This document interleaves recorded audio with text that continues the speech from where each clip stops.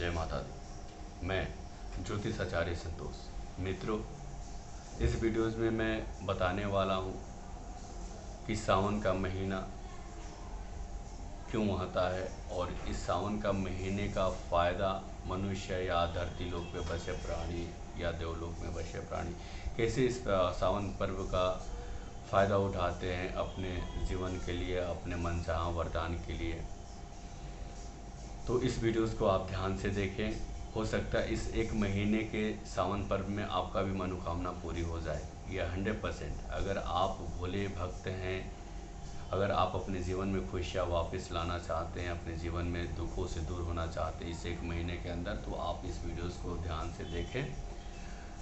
तो 14 जुलाई से सावन महीने का पर्व स्टार्ट होने वाला है और ये पर्व का इंतज़ार सिर्फ मानव नहीं करता है। इस पर्व का इंतज़ार धरती पर बसे जीव जंतु, प्राणी, पेड़ पौधा, हर एक जीव, हर एक शक्ति, हर एक विद्वान इस पावन पर्व का इंतज़ार करता है। इसका बहुत बड़ा कारण है, आप सब जानते हैं कि इस दुनिया में सबसे महाशक्ति जो है वो शिव शक्ति है और भोलेनाथ से बड़ा इस दुनिया में कोई भी शक्ति नहीं है। वो महाशक्तियों में से एक शक्ति हैं जो अपने सामने हर एक शक्तियों को वो ऊर्जा देते हैं, बल देते हैं, बुद्धि देते हैं, धन देते हैं, हर चीज़ देते हैं वो जो उनके भक्त मांगते हैं। क्योंकि इस पावन पर्व सावन में भगवान शिव अपने सारे रूप छोड़कर भोले भंडारी के रूप में आ जाते हैं, भोले के रूप में आ जाते हैं। और आपको पता है, आपको क्या, ये सबको पता है, पूरी ब्रह्मांड को पता है, पूरी दुनिया को पता है, जब भी भगवान शिव भोले के रूप में आते हैं तो वो अपने भक्तों के लिए वो सारा चीज़ दे देते हैं जो वो उनके भक्तों उनके सामने आकर उनसे मांगता है, उनके भक्ति नियमों के अनुसार मांगता है। वैसे भगवान शिव का भक्ति का कोई भाव नहीं है। आप जिस रूप में, जिस विद्या से, चाहे जिस मन तन से आप उनकी भक्ति कर लो, वो भोले के रूप में है, वो आपकी भक्ति स्वीकार कर लेंगे, चाहे आप जैसे भी भक्ति करें। तो उनके भक्ति का कोई भाव नहीं है। तो इस महीने में आपको क्या करना चाहिए भगवान शिव को खुश करने के लिए, कैसे उनकी भक्ति करें? क्योंकि इस पावन पर्व महीने में हर एक जीव जंतु, हर एक देव, हर एक प्राणी भगवान शिव के पूजा में लग जाता है। आपने देखा होगा कि हमने भी देखा है, बहुत बचपन से देखा है कि भगवान इस महीने में भगवान शिव का लोग दर्शन करने, चाहे केदारनाथ हो, चाहे बड़ी बड़ी जहाँ पर शिव और स्थापना किया गया है पूर्वजों से हमारे जो है कि जो पहले से चली आ रही है परंपरा भगवान शिव की, जहाँ जहाँ स्थापना है, चाहे कैलाश पर्वत हो, चाहे वो केदारनाथ हो, चाहे अमरनाथ हो, वहाँ पर लोग हर बार जाते हैं। आपने सुना होगा कि जब भी वहाँ पर लोग जाते हैं कि 1000 लोग, 2000 लोग मतलब कि बाढ़ से पानी से में बह जाते हैं, लेकिन फिर भी लोग जाना नहीं छोड़ते। क्योंकि आज के डेट में शारीरिक जो भी प्रॉब्लम्स है, मानव जीवन का जो जीने का अपना आचरण है वो बदल गया है, लेकिन उसके अंदर जो परमात्मा का अंश जो बसा है, आत्मा, वो जानता है कि भगवान शिव को हम कैसे पाएं। उनकी एक भक्ति के लिए अपना शरीर नष्ट कर देता है आत्मा। तो ये पावन पर्व का इंतज़ार सारी दुनिया करती है, सारे ब्रह्मांड करते हैं। तो इस वीडियोज़ में मैं आगे बताऊंगा कि आपको भगवान शिव को कैसे खुश करना चाहिए, आपको क्या क्या इस महीने में नहीं खाना चाहिए, क्या क्या चीज़ का नुकसान नहीं करना चाहिए। क्योंकि इसमें कीड़े मकोड़े से लेकर पेड़ पत्ते पौधे, हर लोग जो है कि भगवान शिव के पूजा अर्चना में लग जाते हैं।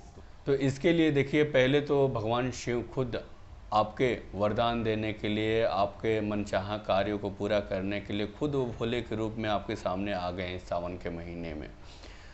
क्योंकि सावन के महीने में भगवान शिव भोले का रूप धारण ही करते हैं ताकि वो अपने भक्तों को खुश रख सकें, उनके मनचाहा वरदान दे सकें, चाहे आप जो भी कुछ मांग लें।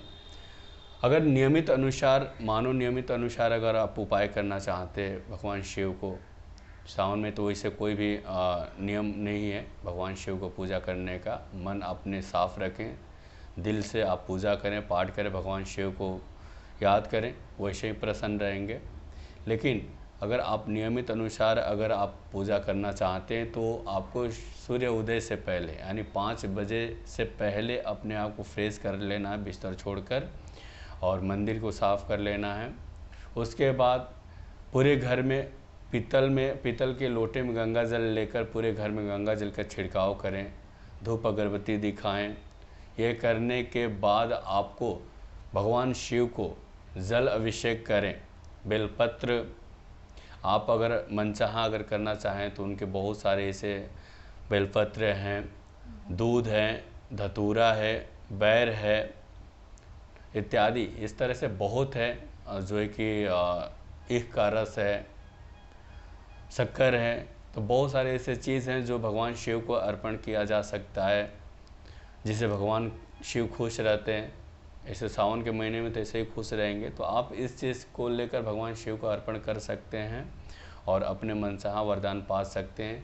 साथ ही आपको ये जल अभिषेक करने के बाद भगवान शिव को 1 महीना कंटिन्यू जल अभिषेक करें, और ये करने के बाद आप घर पर आएँ तो आप जो है कि फलाहार भोजन कर सकते हैं।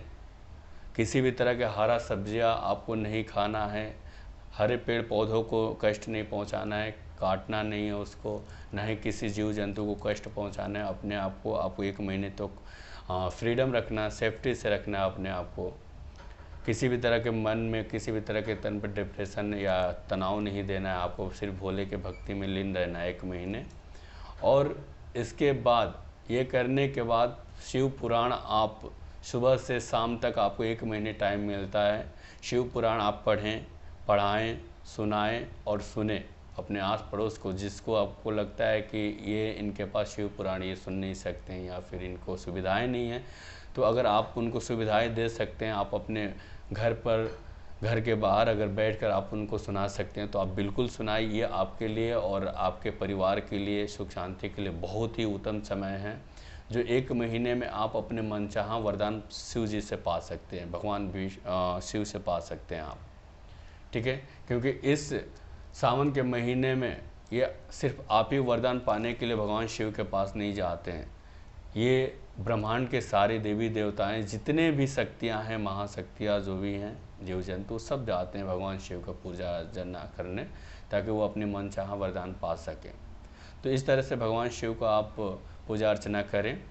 बहुत सारे ऐसे पूजा विधि हैं जो आप हर जगह देख सकते हैं। अपने आसपास के पंडित जी लोग से पूछ सकते हैं कि भगवान शिव को कैसे खुश करें। वैसे मैं तो भगवान शिव को सिर्फ अपने तहे दिल से स्वागत करता हूँ, अपने आत्मा से मानता हूँ उनको। मेरा कोई भक्ति का भाव नहीं है, मैं उसी तरह से भोलेनाथ का भक्ति करता हूँ।